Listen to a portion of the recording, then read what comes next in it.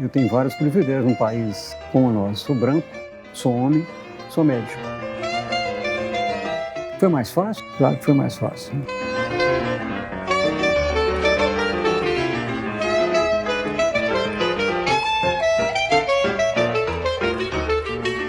Eu comecei num patamar que foi graças realmente à família na qual eu tive a oportunidade de nascer, né?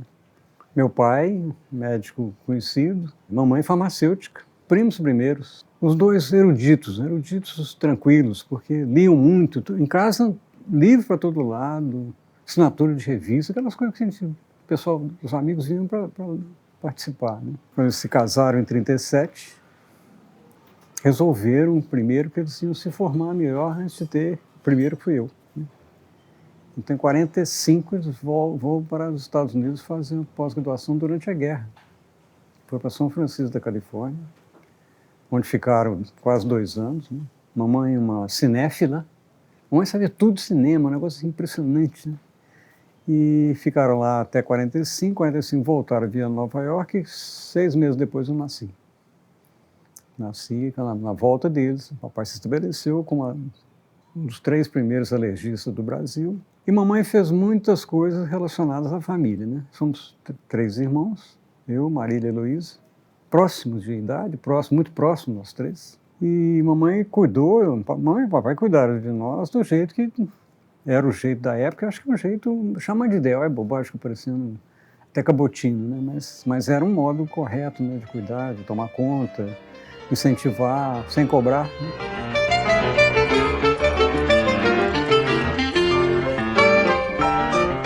A história de mamãe ela é mais lúdica, porque ela tinha uma história pessoal, né, em casa, gostava de tudo, tocava piano, tinha uma macarronada, essa macarronada, na verdade, virou uma história mesmo, porque a macarronada é uma macarronada napolitana, os dois são filhos italianos, Nápoles é a história da família, a família de um lado, a outra é uma história interessante também, mas deles, mamãe fazia uma macarronada que era às sextas-feiras, enchia de gente. De vez em quando trocava de dia, porque não cabia mais, trocava o dia, o pessoal sumia e começava sábado, enchia tudo de novo, então, tudo naquela tranquilidade, então era muito importante. Ela tinha essa história, os dois, do ponto de vista de língua, falavam inglês muito bem, evidentemente, lia tudo em inglês. Mamãe, o passatempo dela era palavra cruzada em inglês, umas coisas tão interessantes assim da vida, né?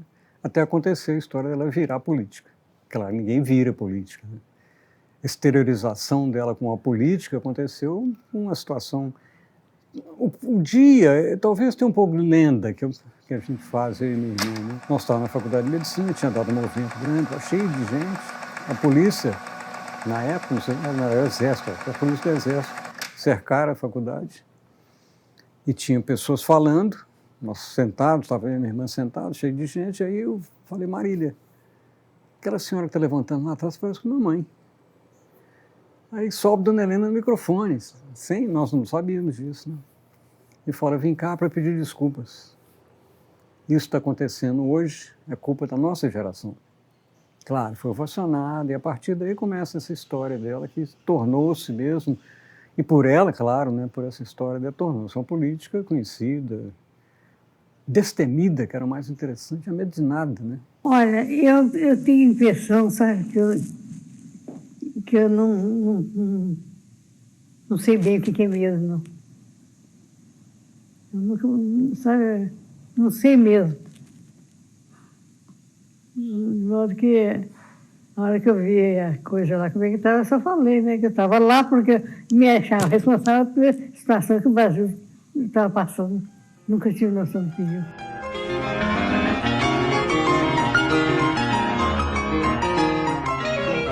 E tem uma coisa engraçada, eu sempre conto essa história. Mamãe, durante muito tempo, quando saía mamãe e papai, o pessoal perguntava, e essa aqui quem é? Essa é a mulher do Greco. Teve um tempo, até a mamãe virou uma política tão conhecida que inverteu o papel, né? Sai as duas na rua e fala, e esse aí quem é? É o marido da Helena, e papai achava ótimo, né? Achava aquela coisa tão interessante. E foi mesmo, mudança interessante da aceitação e ele tinha esse orgulho mesmo de ter uma pessoa como ela estava. Já veio a política estava lá, né? essa história dela, essa ligação, a quantidade de pessoas que eles recebiam, papai com um médico conhecido, a casa era sempre aberta, né? Era um negócio assim, importantíssimo, né? E as macarronadas acabaram sendo uma história, se vocês perguntar a qualquer pessoa que conviveu na época, além da história de mamãe, de como é que ela fez, tinha a história da macarronada, que era um negócio mesmo. A receita ainda tem, de vez em quando a gente ainda faz, aí fica emocionante, né? Porque não faz igual, mas o cheiro, o modo, é sempre um chamativo importante dessa memória, né? Memória guardada, boa, né? Na verdade. Isso é que é, quer dizer, eu que não tenho religião, que sou ateu, o que guarda da gente? Guarda essa história, da saudade, do passado, da convivência, né? Então isso é importantíssimo e tem sido importante, né? Quando mamãe começa a se envolver mais, aí sim, né? Porque ela foi muito ameaçada, né? As ameaças vinham principalmente sobre a família, né? Sei onde é que o seu filho, eu já não estava morando em casa, né? Sei onde é que seu filho mora, a sua filha mora casada, não sei com o que, aquelas coisas aí tinha, então acabar com eles, até eu jogar a bomba lá, né? Jogar a bomba. Eu estava em Belo Horizonte, 78, eu morava perto de lá, acabei alugando um apartamento pequeno lá, muito próximo deles. A bomba explodiu, não me lembro detalhes, que hora que foi, mas aí começaram a descobrir se alguém tinha visto. Em frente ao exército, ninguém tinha visto. Tinha um lugar onde ficava a sentinela, uns 50 metros. Não, ninguém viu nada, não. A bomba não fez nada, mas fez aquele estardalhaço, mostrando o que eles tinham, né? E mamãe não tinha medo, né? Esse é um negócio mais interessante. Numa época, quando começaram a aparecer os comandos de caça comunistas, né? Que estava aquela coisa de pôr fogo em banca de jornal, né? Nós começamos a ficar muito preocupados com mamãe, porque ela não tinha saído de madrugada para ir para a delegacia, para tentar tirar a gente, né? E acabou, não sei quem que foi o contato, que nossa, não está muito perigoso. Eles falaram, olha, não precisa ficar muito preocupado, porque sua mãe tem uma visibilidade tão grande que possivelmente não vai ser atingida. E eu estava fazendo mutatis mutandis, né, pensando, se fosse agora, se fosse na época do Bolsonaro, era mais fácil ela ser assaltada na rua e ser morta. Ela não ia ser defendida por ser famosa. Podia acontecer, não, ela saiu de noite aí e assaltaram, né? E na época isso foi falado, e era um jeito talvez diferente, né, da visibilidade dela na época.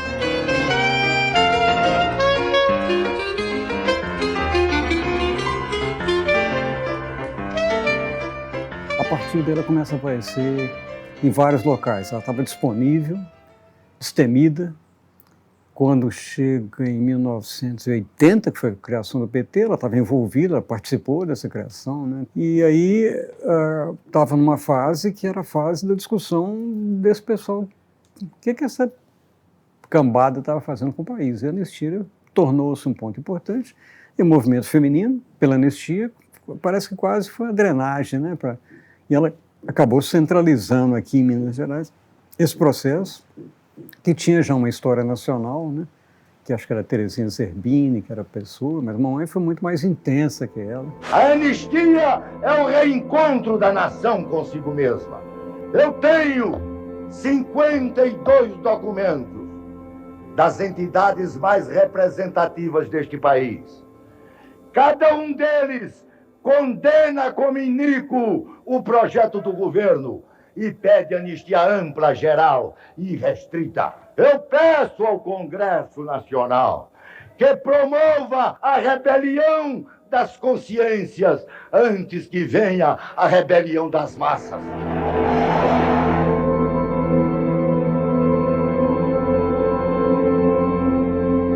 Foi horrível, né? Porque, na verdade, a discussão delas todas, no movimento, era pela anistia ampla, geral e restrita, né? Quando o processo acaba sendo assinado relativo, inclusive recíproca, né, que foi um negócio mais horroroso do processo, ficou muito...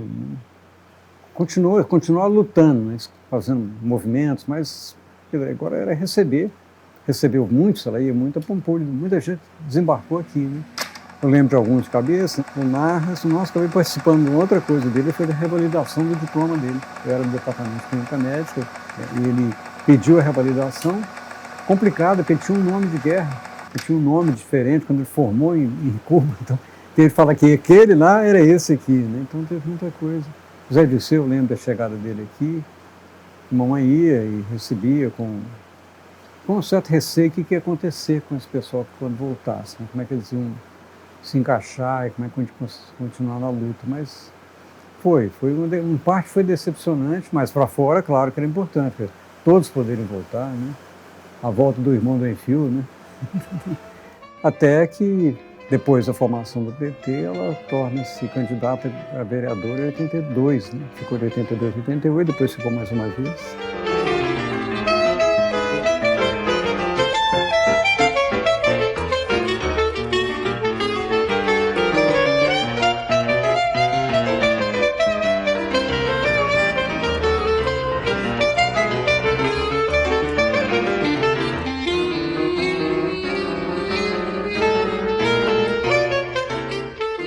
No voo solo.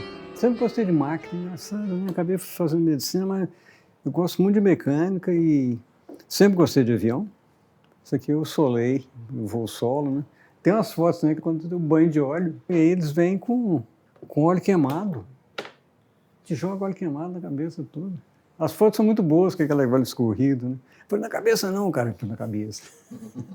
E no Loyola tinha um negócio interessante, que tinha uma avaliação vocacional, né?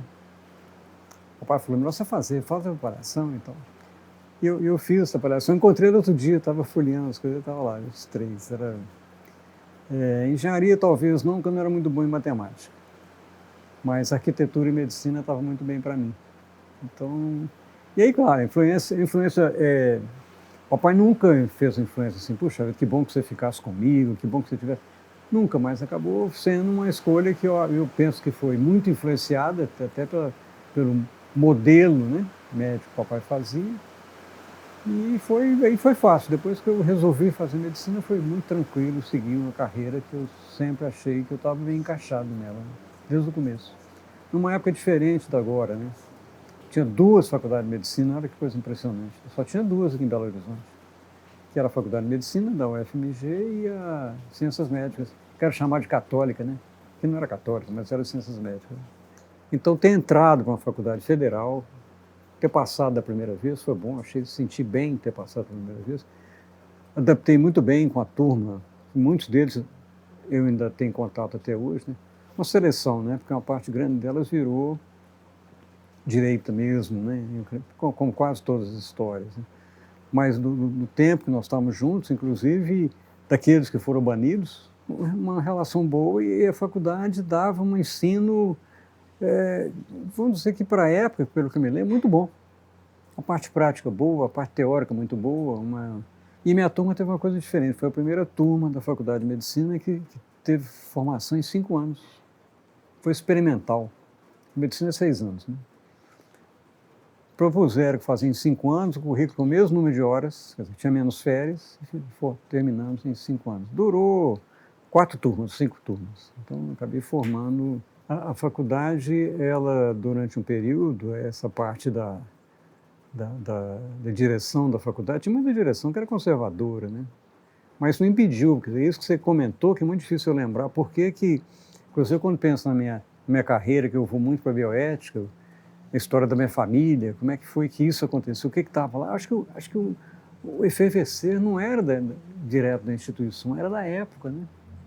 Quer dizer, nós vivíamos, começa a aparecer para cada um de nós essa disparidade, que era difícil de pensar na formação que eu tive. Eu tive uma formação privilegiada, Colégio Loyola que eu fiz,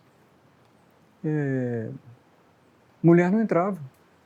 Não entrava, só na missa, não podia nem entrar lá dentro, né? Então, tinha um fechamento, né? Isso era mais ou menos restrito. De repente, a hora que você começa, eu acho que isso pode ter acontecido com todos naquela época, né? Foi uma época interessante, que era o quê? Começa em 68 no mundo, né? Eu formei em 69, então começa a ter essa história toda e fica claro, e uma resposta a uma situação tétrica, que é uma ditadura. Eu tenho que repetir essa fala, né? Ditadura houve, não era branda, não tem branda ditadura, né? Como fizeram aquela propaganda horrorosa naquela época, né? Não era ditadura, era ditadura. Estupidez, né, na verdade. Então, acho que tudo isso aí facilitou, e esses movimentos que começaram, né, esses Val Palmares, né, Aliança Libertadora Colina, eles já estavam lá. Não participei. Na verdade, esse aí talvez seja... Eu participei do DEAR um tempo. O Jorge Narro, por exemplo, sempre foi meu amigo, continuou meu amigo. Não tinha nem ideia. A Dora, nem pensar que... Estavam lá. A Dora saiu no 3º ano, Narras também deve ter sido o 3º ou 4º ano. O Everett e Daniel, quer dizer, todos eles. Jorge Narras, a turma era por ordem alfabética, né? E dividido no meio. Né? O Jorge não era da minha turma, o Everett e Daniel também era. Mas não tinha conversa, eles eram tão seguros da clandestinidade necessária. Apolo.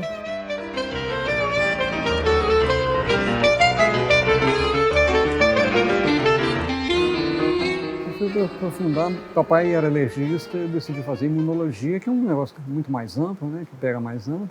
Aí fiquei 2 anos no norte de Nova York, uma cidade chamada Buffalo, que tem uma característica que quando eu cheguei lá me assustaram. Eu cheguei em julho, você vai ficar aqui no inverno? Vou. Começava a invernar em outubro e até março. E no final eu achei que eu tinha de fazer uma experiência fora dos Estados Unidos, saí de Nova York e fui para Londres. Então no final desse tempo que eu fiquei fora, eu devia ter feito o contrário, ficar um pedacinho nos Estados Unidos, grande parte na Londres, mas não foi assim, né? Então eu terminei aí fazendo imunologia clínica. Então voltei de lá no final de 76, e cheguei aqui e foi minha decisão, o que eu vou fazer, né? O papai tinha uma clínica boa, comecei a trabalhar com ele, mas eu achei que eu queria fazer alguma coisa a mais. Tanto na parte geral científica, quanto na parte social, no sentido, né? E aqui estava começando a pós-graduação em medicina tropical. Que é um nome ruim, né? Fica parecendo medicina tropical, só acontece no trópico, mas era um nome que era dado a esse cuidar de pessoas que estavam afetas ou em risco para doenças dessas mais comuns que atingem a população vulnerável. Citosomose, chagas, malária, leishmaniose, na época não tinha HIV, tuberculose, acho que as mais comuns que as pessoas conhecem. Na verdade, na época era lepra, agora virou hanseníase. Então, ligação com a vulnerabilidade, vulnerabilidade social principalmente, até ter uma certa tentativa de mudança de nome, porque quando essas doenças começam a ficar cada vez mais negligenciadas, começou a iniciativa para drogas para doenças negligenciadas, chama-se Iniciativa Internacional. E agora estou mudando, porque não é para doença negligenciada, é drogas para doenças que afetam populações negligenciadas, né? Aí você muda o foco, né? Não é doença, é o... Pois é, mas nessa época, começando a pós-graduação, mestrado e doutorado aqui na UFMG, coordenado pelo saudoso Jaime Neves, foi o primeiro da 78, acho que abril, foi quando eu entrei, 77, 78. Entrei com a turma, muitos dos meus colegas entrando juntos, né? E trabalhando com esclerosomose, que era doença prevalente, muito prevalente mesmo, que eram algumas linhas de pesquisa. Esclerosomose era uma, leishmaniose era outra, doença de Chagas era outra. Eu fiquei na esclerosomose e acabei fazendo minha tese em esclerosomose. Eu não terminei o mestrado, mas passei para o doutorado direto e terminei o doutorado em 80. Eu não tinha essa visão assim, eu vou ser agora um grande social, mas era aquilo que eu queria, né? Tratar de populações vulneráveis, situações que você podia corrigir, não só com medicamento, apesar da citosomose, principalmente, ela foi quase, não acabou não, mas diminuiu muito a prevalência, foi com remédio. Doença de Chagas também, não foi com remédio, mas foi com, nem melhorar a condição social, foi só usar spray, né? Spray de DDT e outras coisas, né? Mas aí, então estava no caminho, em 80 eu fiz o concurso para a Faculdade de Medicina, aí em 80 eu fui admitido como professor adjunto. Porque a universidade tinha uma coisa interessante, que se você entrasse com doutorado, você soltava as 2 primeiras partes da carreira, auxiliar e assistente, e já ia para adjunto direto. Então eu tornei-me professor adjunto de 2 coisas, clínica médica, que era a minha base, e doenças tropicais. E tinha um ambulatório, na verdade tinha um setor muito bem estruturado de doenças tropicais, que era uma ala grande dentro do campus aqui do centro. que depois foi destruída, mudou a direção, resolveram fazer uma mudança de currículo, acabaram com essa região, dizendo que agora vai ser tudo igual, todo mundo vai fazer clínica médica. Isso foi em 83, por aí, e em 83 começa a ter uma mudança, que foi uma mudança grande, que lembra, talvez, a participação de minha mãe na história dela. Né?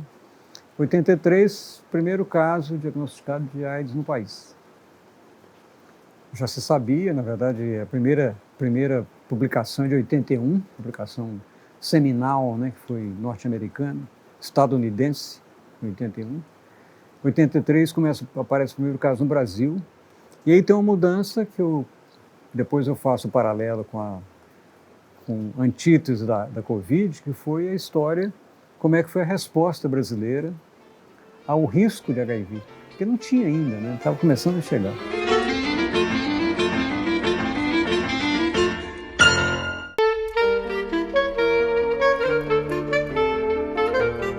Como a primeira vez que se relatou, né, que foi em 81, que relatou de uma maneira muito interessante do ponto de vista médico, porque foram poucos casos. Uns casos em Nova York, outros casos em Los Angeles, não, São Francisco, de homossexuais masculinos aparecendo com doenças que apareciam só em pessoas imunodeficientes idosas. E depois, pouco tempo depois, foi 81, 83, descobre-se o vírus, dá-se nome ao vírus, começa a ter teste para fazer o diagnóstico, mas não tinha tratamento. Mas nesses 2 anos foi suficiente para aparecer muita coisa de ruim, né? Primeiro, esperado, acho que cada um pode ter medo do inesperado, veio o medo, veio um preconceito enorme, porque no começo, como apareceu primeiro na população homossexual masculino, ficou até com um nome esquisito, né? Que era síndrome de imunodeficiência de homossexuais. Grupo de risco, coisa que você deve ter ouvido, vocês todos tiveram ouvido numa época. Né? E como era grupo de risco, todo mundo estava isento. E se era grupo de risco, esse pessoal tem culpa. Né? E aí pronto, começou a aparecer várias coisas. Tanto do senso comum, quanto evidentemente da direita, da igreja. Né? Isso é castigo. Né? Vou mexer com Deus aqui, querido. E é que os médicos e sanitaristas estão tão preocupados? Uma doença misteriosa que era totalmente desconhecida há 2 anos, segundo as autoridades médicas americanas, transformou-se nos últimos meses na epidemia mais violenta do século. De cada 10 pessoas que contraíram a doença, 9 são homens. 70% das vítimas são homossexuais.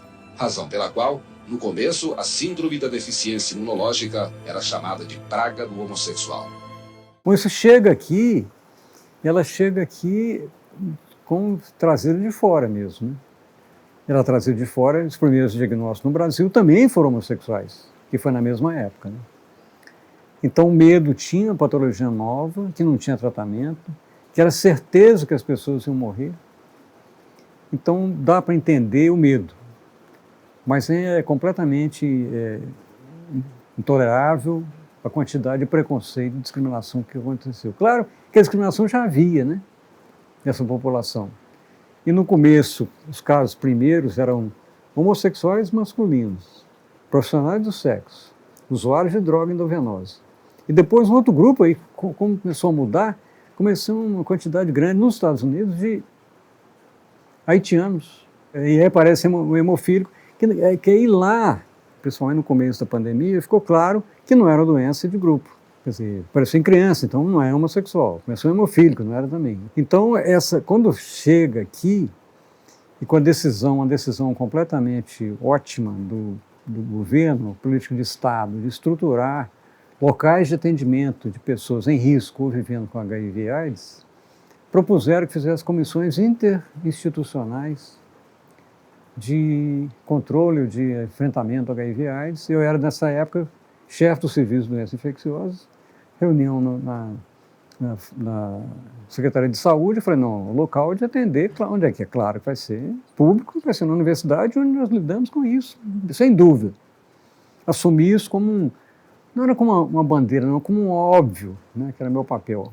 Em 85, foi quando estabeleceu o departamento de AIDS, não era, na verdade não começou, era programa de AIDS do Ministério da Saúde, e nós decidimos estruturar dentro do Hospital das Clínicas, que era o ambulatório Bias Fortes, quem já esteve lá já sabe onde é que é, um setor para cuidar dessas pessoas.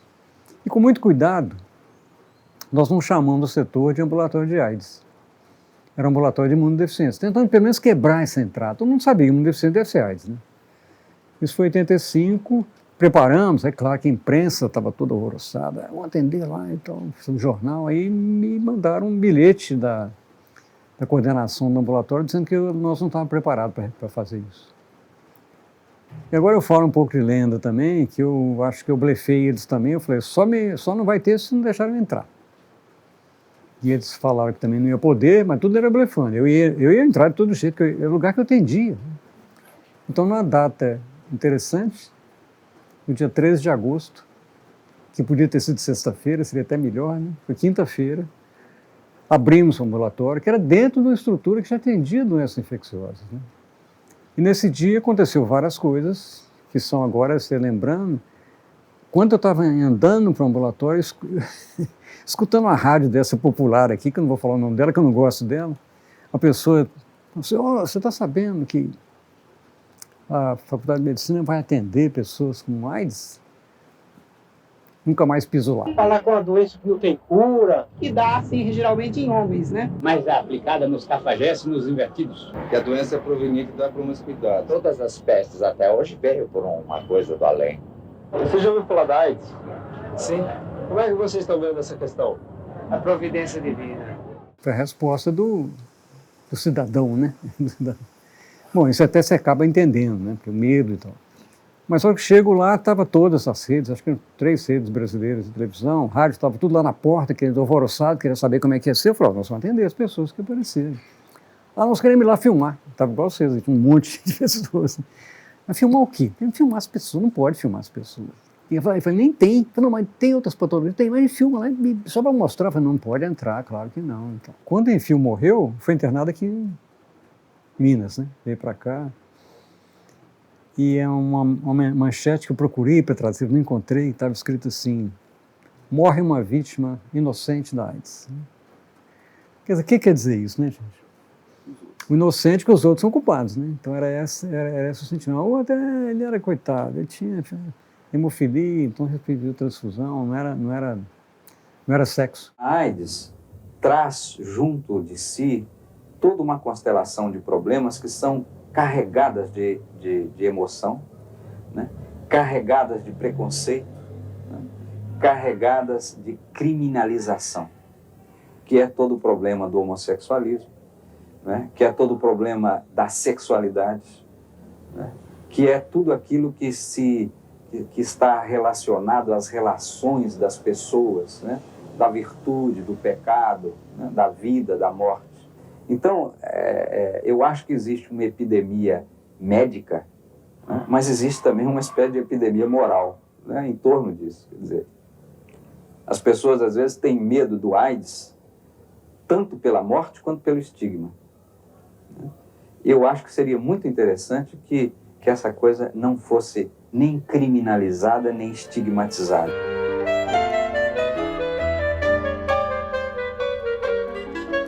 Duas coisas aconteceram que eu sempre relato, isso foi tão real mesmo.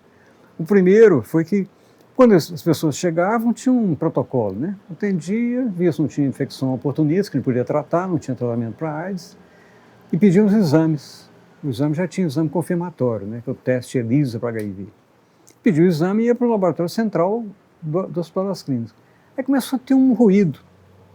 Falaram, eles não estão satisfeitos de receber esse material lá, não. Você podia ir lá fazer uma palestra. Fui, claro, eu ia em todo lugar. Na verdade, se olhar o jornal da época, todo dia eu estava num lugar desses, né? Então, fui lá para falar, estava cheio o local, o laboratório todo presente, as pessoas falaram, não, mas está muito complicado, esse sangue chega aqui. Aí, como é que vocês fazem? Eles põem naquele canto ali, as pessoas se paramentam, vai pegar no sangue. Então. Eu falei, mas olha, todo sangue é contaminável, contaminante, né? Então, tudo tem que ter cuidados. Não tem cuidado nenhum, tem cuidado de todo mundo, né? Cuidado de... Não, mas não pode, assim não pode, está muito difícil para nós. Acabamos entrando num acordo pragmático. Então, vamos fazer o seguinte, quando o senhor pedir o exame, o senhor carimba lá, cuidados especiais. Aí aconteceu uma coisa que agora fica engraçado, né? Porque Claro, eu acompanhei que eu tinha planejado, eu carimbava e tal, mas eu atendia no ambulatório de doença infecciosa e na clínica médica. Pacientes de clínica médica que vinham por doenças crônicas. Passou umas 2 semanas, falou, você não está carimbando? Eu falei, carimbando? É, vamos ver se tá... Aí mostraram uns 3 eu falei, mas esse paciente não é do coisa. Então, eu virei cuidado especial. Se era meu, eles já faziam cuidados especiais, mesmo sem carimbo. Uma estupidez enorme. Então, mas aí pelo menos resolveu, continuou fazendo lá. Aconteceu o segundo ponto, que você estava perguntando do popular que falou não, que foi a instituição dizendo, nós não vamos internar essa população aqui, nós não temos condições de internar no Hospital das Clínicas. Aí eu fiquei indignado. Falei, por quê? Atendemos meningite, que é completamente contagiosa, atendemos tuberculose, atendemos sífilis. Não, mas aqui nós não estamos preparados. Não estão preparados, as pessoas não estão preparadas, quem sabe a gente consegue. Então aconteceu algumas coisas que foi... Também agora você fica pensando como é que isso é tão fora de propósito, né? Junto com o grupo que nós trabalhávamos, tinha 2 pessoas, uma delas trabalhava no Hospital João 23. Depois foi para Genebra, ficou muito tempo lá, o Luiz Antônio Loures. Ele tinha um vínculo dele com o Hospital de Pronto-Socorro. Então conseguimos, no 4º andar do Hospital de Pronto-Socorro, 4 leitos. Leitos de isolamento. Podia internar lá. No leito de isolamento, a pessoa ficava isolada. Chegava, entrava no quarto trancado, a comida chegava na porta, batia na porta, ele pegava e levava lá para dentro. Outra vez, pragmaticamente, ainda bem que tinha um lugar para eles ficarem. Mas o mais doido é que muitas vezes internavam por doenças oportunistas, tratáveis, melhoravam, recebiam alta, abria a porta e virava gente. Pegava o elevador e descia, virava... Quer dizer, aquelas coisas que você não consegue... Agora você fica, como é que podia ter acontecido isso? Né? E aí, logo depois acontece, também só mais casos que eu vou contar, que acho que é importante. Um dos nossos pessoas que nós estávamos cuidando no ambulatório, teve uma úlcera péptica, né, uma úlcera no estômago, foi para o pronto-socorro do HC, do Hospital das Clínicas, e foi internado. Depois que internaram, descobriram que era um paciente que era atendido por mim no ambulatório. Me chamaram outra vez. Você burlou o sistema. Internou uma pessoa com HIV. Eu falei, eu burlei o sistema? A pessoa precisava de cuidado, buscou cuidado, internou. Vocês não dão alta nele? Não dá alta nele, não. A mãe então melhorou. Bom, aí eu fui lá visitá-lo, ele estava um pouco tenso, né? Porque na entrada depois descobriram, ele ficou um pouco diferente o tratamento. Eu fui lá, eu falei, vai melhorar, estão te tratando. No dia seguinte eu fui lá, ele falou assim, doutor, piorei muito. Tiraram todos os outros aqui da enfermaria e fiquei sozinho. Falei, não, mas é o jeito deles e tal. No dia seguinte, ele falou, agora estou pior, trancaram a porta. E foi isso que estava acontecendo. Né? Todos eles ficam em salas isoladas. E para a gente entrar lá dentro é preciso estar vestido de proteção especial, literalmente, dos pés à cabeça. Havia algum desconhecimento ou era tudo preconceito? Não, era preconceito, né? Porque realmente isso eu comentava quando me perguntavam. Eu não sou um corajoso, eu nunca fui corajoso, não. Eu vou me expor para infectar porque eu vou ser o Mahatma Gandhi dessa história. Claro que não, né? Sabias o modo de transmissão, desde o começo. Não era transmissão banal, como até hoje as pessoas às vezes têm medo, né? Ah, não posso pegar na mão, não posso comer do mesmo prato, não posso dormir na mesma cama. Sexo oral, não adianta dar camisinha, você sabe muito bem disso. Você é homossexual, você sabe disso. Eu acho que a questão não passa por aí, professor. Passa por aí? Eu acho que essa você coisa... dá a camisinha, você evita não o contato. Não é questão educativa. Eu acho que o senhor se pega num discurso muito ultrapassado. E aí, eu acho que está na hora do senhor mudar o discurso. O erro no Brasil foi entregar o problema da AIDS para homossexuais. Esse foi o grande erro. O erro do Brasil é ter pessoas no seu nível. Esse foi o grande erro. Pessoas com condição travada do senhor. O homossexual não tem condições, nem psíquicas. Não tem condições. O homossexual é uma vítima, ele é parte, ele é vítima, ele é parte. A transmissão principal, mais comum, é a relação sexual. A segunda, mais eficaz, é sangue. São os dois caminhos mais comuns e mais importantes da transmissão. Então não tinha sentido, e a pressão que teve no hospital era principalmente do grupo da enfermagem, para não internar. Em parte também entendo, porque num internamento, mesmo que o médico seja aquele que vai cuidar, quem cuida 24 horas é a enfermagem. E elas estavam, o medo, que eu falo sempre, o medo tem que ser resolvido. Se ele não resolve, ele pode virar preconceito, e se for assim, a pessoa tem que sair daquilo, vai para trabalhar em outro lugar. Né? Como aconteceu em vários locais falando isso, ó, você vai arrumar outro emprego para você, vai fazer outra coisa. mas deve cuidar dessa pessoa. E o médico também, né? Que aí acontece comigo, eu continuei fazendo imunologia clínica. As pessoas mandavam pacientes, me procuravam, e começou a acontecer uma coisa interessante. Alguns colegas me ligaram: você está atendendo pessoas com HIV no seu consultório? Eu falei: estou. Junto com as outras, eu falei: parar de me mandar pacientes, né? Só mandava pessoas que estavam com HIV. E acontece outra coisa, que essa é mais sentimento meu, não dá para falar assim, era por isso, não, mas as pessoas começaram a não conversar comigo nos corredores, porque achando que alguém podia pensar que, se ele está conversando comigo, é porque ele deve ter alguma coisa. Então foi uma fase dificílima mesmo no começo, que durou até, sei lá, 90, o hospital começou a atender e nós mudamos o ambulatório.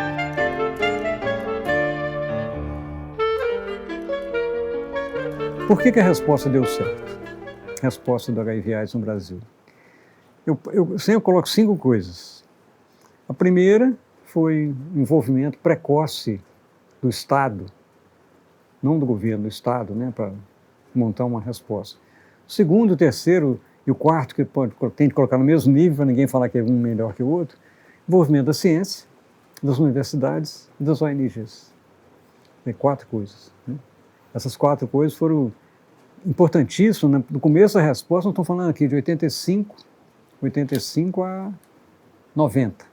Porque depois aparece uma outra coisa, que foi isso que trouxe a diferença no país. O que aconteceu em 90? A Lei 8080, o SUS. Mas começa a aparecer um movimento, antes de 85, teoricamente a redemocratização, que foi o movimento da renovação médica. Que ele se estrutura no Brasil inteiro, era a tentativa de tomar, no sentido bom da palavra, tomar o CRM daquela coisa reacionária, ligada ao governo que tinha antes, conseguimos ser eleitos, né? Completamente diferente. O médico hoje certamente votaria contra, né?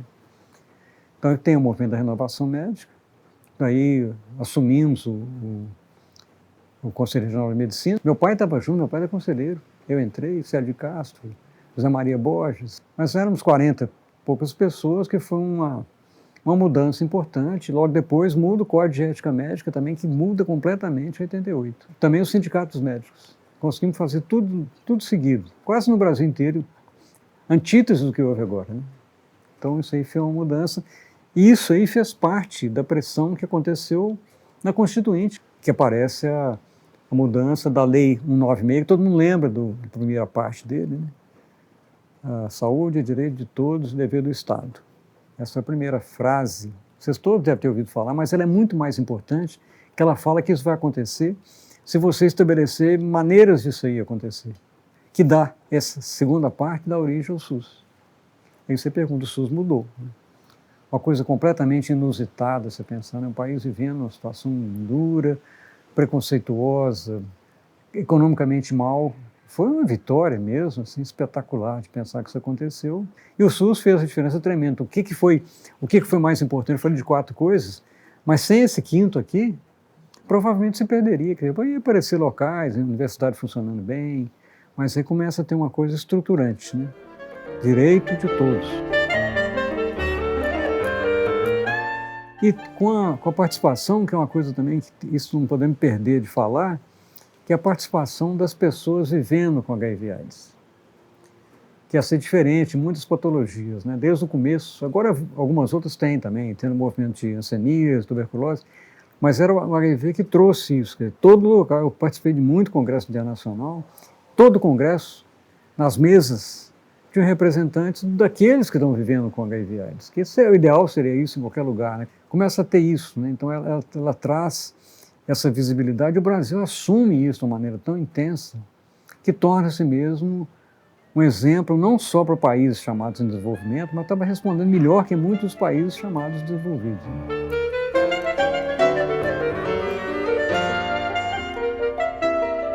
Não tem cura, né? A infecção tem 7 casos de relatos de cura, mas de uma maneira complexa e inusitada, né? Pessoas que precisavam de transplante de medula, que é um procedimento complicado, cheio de risco. E na hora de transfundir, escolheram um grupo de sanguíneo, vou chamar de sanguíneo que é mais fácil de falar, que tinha uma célula que tinha resistência à entrada do HIV. Trocando em miúdos, exatamente isso. Essa transfusão para recompor o sistema imunológico dessas pessoas, pegou, e elas tornaram-se resistentes ao HIV. 7 casos. Mas o que mudou muito, muito mesmo, foi o acesso à medicação, né? Mas a medicação, quer dizer, quando começou em 96, o Banco Mundial, em parte, tinha um questionamento importante, porque era muito complexo mesmo. Às vezes era 16 comprimidos por dia. Alguns sem alimento, outros com alimento, dava vômito. Vai passando o tempo, hoje, a pessoa que chega recém-diagnosticada, que eu atendo, eu falo com ela, você está num país que tem o SUS. É a primeira coisa que eu falo. Então a medicação que você vai receber não é gratuita, não. Ela está disponível com o imposto que cada um paga. E hoje, você toma um comprimido por dia. Na verdade, não é um remédio só, são 2. E você tomar todos os dias de maneira correta, você vai certamente controlar a infecção, você não vai ter AIDS. Você não tem AIDS, essa é a primeira coisa. Né? Porque por incrível que pareça, apesar de toda essa informação, que as coisas estão mais controláveis, as pessoas não têm medo, você pode conversar, você vai acabar entrevistando alguém jovem. Pergunta, como é que é a sua vida? Ele pode falar, não, olha, não tem problema. Se acontecer alguma coisa, eu trato. E não vai acontecer comigo, né? Que eu sou 16 anos, você tinha 16 anos, mortal completamente. Com essa sensação, você fala, bom, então, se essa pessoa infectar, deve aceitar razoável. Não aceita. Eu ainda, como eu falei, ainda recebo algumas vezes recém-infectado, a pessoa acha que vai morrer. Como é 30 anos atrás. Aí eu falo, vou te dar uma ótima notícia. Você vai morrer sim, eu também vou, mas não vai ser disso se você tratar de maneira correta. Então, essa mudança foi importantíssima, Eric. Foi essa mudança do acesso ao tratamento, mas a gente esquece que para acessar o tratamento tem uma opção de coisa antes. A primeira, o que é que você perguntou? Informação, tem que saber que existe. Segundo, tem que ter acesso. Belo Horizonte, é bom falar, 150 postos de saúde, todos têm teste rápido. Então é fácil, né? Pode ir no posto, eu quero fazer o teste, faça 4 testes, que são HIV, sífilis, hepatite B e hepatite C. Todas as doenças infecciosas. A sífilis tem cura, hepatite B tem vacina, hepatite C tem cura e o HIV controla. Então tá fácil, né? Por que tá? Aí eu posso fazer pergunta para interromper meu raciocínio. Então, com isso, o Brasil que tem acesso a tudo e tem o SUS, a mortalidade deve ser quase nula, né?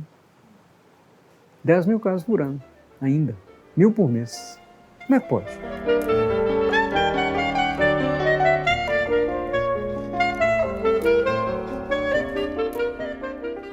Essa é uma das coisas que eu mais me bato, desde a época que eu fui diretor do departamento, né? Porque o departamento tinha um programa que chamava Saúde e Prevenção nas Escolas, na qual sexualidade, o ensino da sexualidade estava incluído.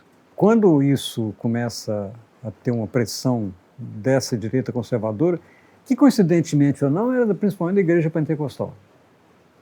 Né? Membros da igreja que começavam a pressionar, que não podia aquela coisa, falar sobre o sexo para uma criança, ninguém estava falando isso, né? Falava que era importante na educação sexual, não crescendo, né, a partir de certa idade, e sem ela é impossível você pensar, porque se hoje a maior parte dos casos estão na faixa de 16 a 24 anos. 16 é 2 anos, praticamente, depois da primeira relação sexual, que no Brasil é mais ou menos 14. Essa pessoa, 16 anos, ela não tem a menor ideia de onde é que ela aprendeu sobre aquilo. Aprendeu no tranco, né? O sexo está muito mais disponível, está muito mais casual, não tem muito questionamento. Então começa a ter relação sexual sem saber nada e tem outra coisa problemática. Quando fala em educação sexual, que você falou muito bem, está relacionado com a violência. Porque você ensina a sexualidade. Jovem, você começa a discutir sobre diversidade, discutir sobre política de gênero. Isso foi completamente abolido, né? Então, sem isso, o risco que vai ter, claro, essas relações cada vez mais repetidas. Nós não falamos nada de sífilis, mas a sífilis, é até complicado você falar com tanta intensidade, a sífilis é muito mais contagiante que o HIV. O HIV não é muito contagiante. É difícil até pegar, mas pega. Porque o que se pensa que uma relação única com a pessoa, um infectado e o outro não, o risco 1 para 200, 1 para 400 é pouco, né? Se fosse loteria, a gente comprava, mas uma vez induzir, mas eu corri o risco, não teve nada, tive sexo e tal.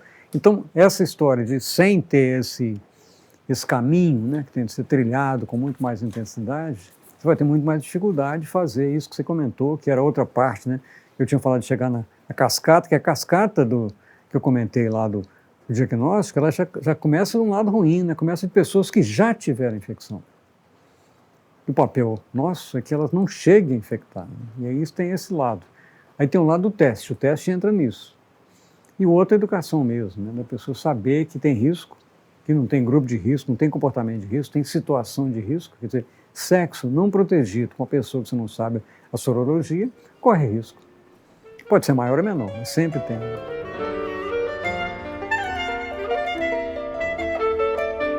2010, quem dirigiu o departamento, Mariângela Simão, um homem espetacular de dirigente, depois foi para o OMS, ficou lá muito até agora recentemente, né? E eu a sucedi. E eu falei que eu estou disponível, se o governo Lula tiver, estou disponível, tinha história e tal. Acabou sendo aceito e eu tomei posse, na verdade não tomei posse não, eu comecei a trabalhar como diretor do departamento de HIV/AIDS e hepatites virais em junho de 2010. É um lugar que eu tinha capacidade de estar, né? Pesquisador, com a parte social, ligado à bioética e tal. E estava indo bem, né? Governo Lula, 2010, junho ainda era Lula, né? Até dezembro. Janeiro assume Dilma Rousseff. O ministro da Saúde na minha época lá era o Temporão, Zé Temporão. Passa para Alexandre Padilha. Entra Padilha como ministro da Saúde. 2011, né? O governo Lula acaba em 2010, após 1º de janeiro. Eu fui reinstituído, né? Aceitaram que eu continuasse. E com vários trabalhos lá dentro. Prevenção muito, né? Tinha campanha, tinha história. E começa a ter os primeiros embates, foi quando, numa das prevenções, falava-se muito sobre preservativo. Até era bom, tinha uma borboletinha que levava o preservativo para a pessoa, muito arrumadinho, foi lançado no Rio de Janeiro, fui lá com o ministro e tal. Passou uma semana e ele cancelou. Não estava bom não foi bem discutido, não, vou cancelar. Claro que as ONGs entraram de pau em cima, com razão, mas foi cancelado. Isso foi 2011, acho. Continuou o departamento mais ou menos independente. O departamento de AIDS tem uma história muito interessante, porque ele é tão ativo que o povo brincava, que não era muito brincadeira, que lá era o Ministério da AIDS. Tinha muito dinheiro, muito financiamento e tal, e tinha uma certa inveja do processo lá dentro, mas o departamento funcionava mais ou menos independente, até essa época. Aí quando começa o Padilha a ficar rédea curta em cima do pessoal, falar, tem que tomar cuidado e tal. E aí acontece, vou soltar um pedaço, que falta os 3 anos, em 6 de junho, 8 de junho de 2013, é o Dia Mundial da Visibilidade das Prostitutas, chamava assim. O departamento decidiu fazer umas oficinas de trabalho, convidando as organizações e profissionais do sexo a falar, o que vocês querem que a gente faça? Aí fizeram vários posts. Prevenção é importante, não sei o que é importante. Uma delas, eu tenho na cabeça certinho, né? Eu conheço a pessoa, ela estava toda arrumada, como ela vive, bem arrumada, escrito assim, sou prostituta e sou feliz. Isso foi, quando foi? E foi só na rede social. Acho que era Facebook, só no Facebook. Só no Facebook. Umas 3 horas depois eu recebo um telefonema do Padilha. Eu não sei até se você usou a palavra querido, pode ter usado nessas épocas sempre assim, né? Quem que foi o responsável por aquilo que saiu? Eu falei, o responsável foi o diretor do departamento, sou eu. Ele queria um culpado, né? Foi eu. Pois é, não podia ter saído de jeito nenhum e tal, e desligou o telefone, passou 1h30, mandou o secretário, que era o meu superior, dizer que eu estava exonerado.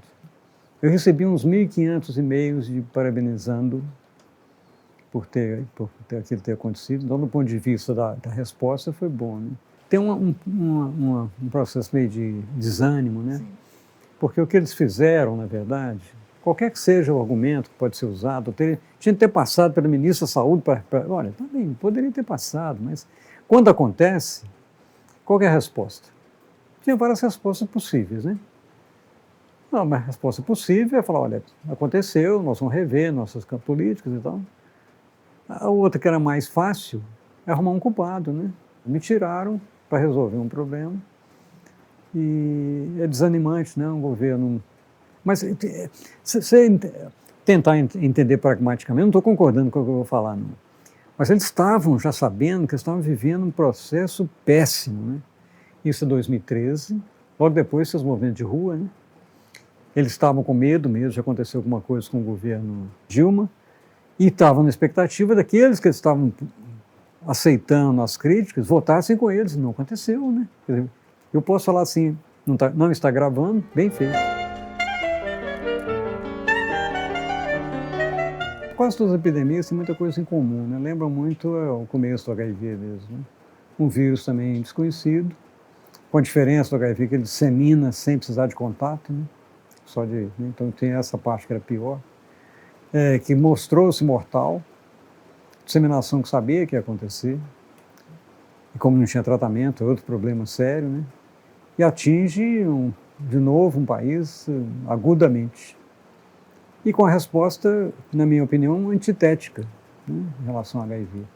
Aquela resposta governamental que no início parecia que ia ter alguma coisa, fizeram uma comissão, tinha uma sala de resposta e tal, depois viram o que virou, né? Entrou primeiro aquele que virou a Balachita, né, o primeiro-ministro deles lá, que era um reacionário, continua um reacionário, mas não sei se você já ouviu falar. Ele é sedutor, ele fala muito bem, então, e aparecia na televisão vestido com a roupa do SUS, né? E depois dele acaba, vira uma confusão. Então a resposta antitética, negação, que não teve no HIV, ao contrário do HIV, negação que não era importante, que era uma gripe, ia passar, ia durar 3 meses, e que não tinha que preocupar, e aí começa a aparecer a utilização de medicação muito conhecida, mas que era reposicionada, que logo descobriu que não funcionava, mas continuava.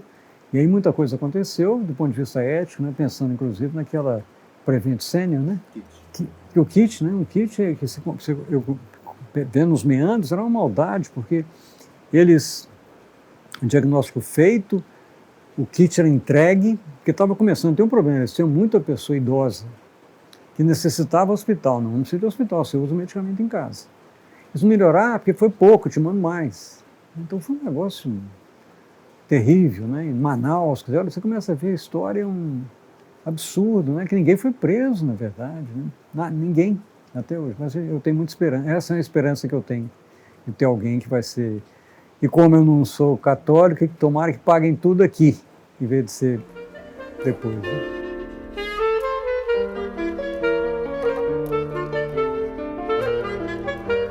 A história do negacionismo, ele não é, na minha opinião, não é espontâneo, né? Você pensar como mudou as pessoas não quererem vacinar no país, não é espontâneo.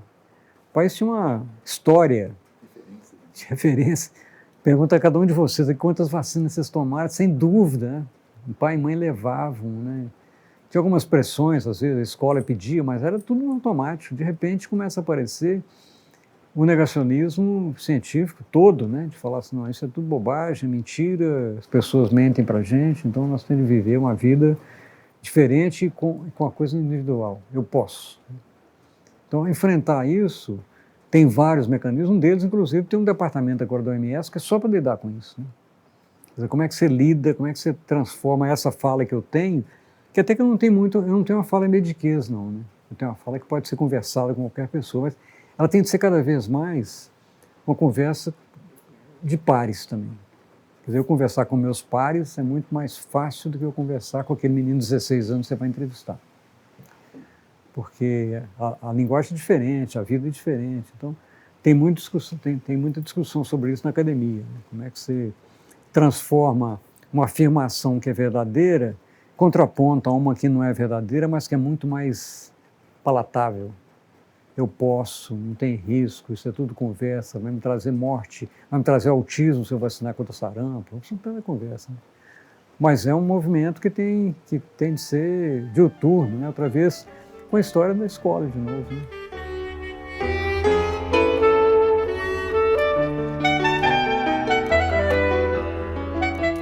ano que vem, 40 mil médicos vão ser formados no país. Quer dizer, evidentemente, a formação não vai ser ideal, para ser eufêmico, né?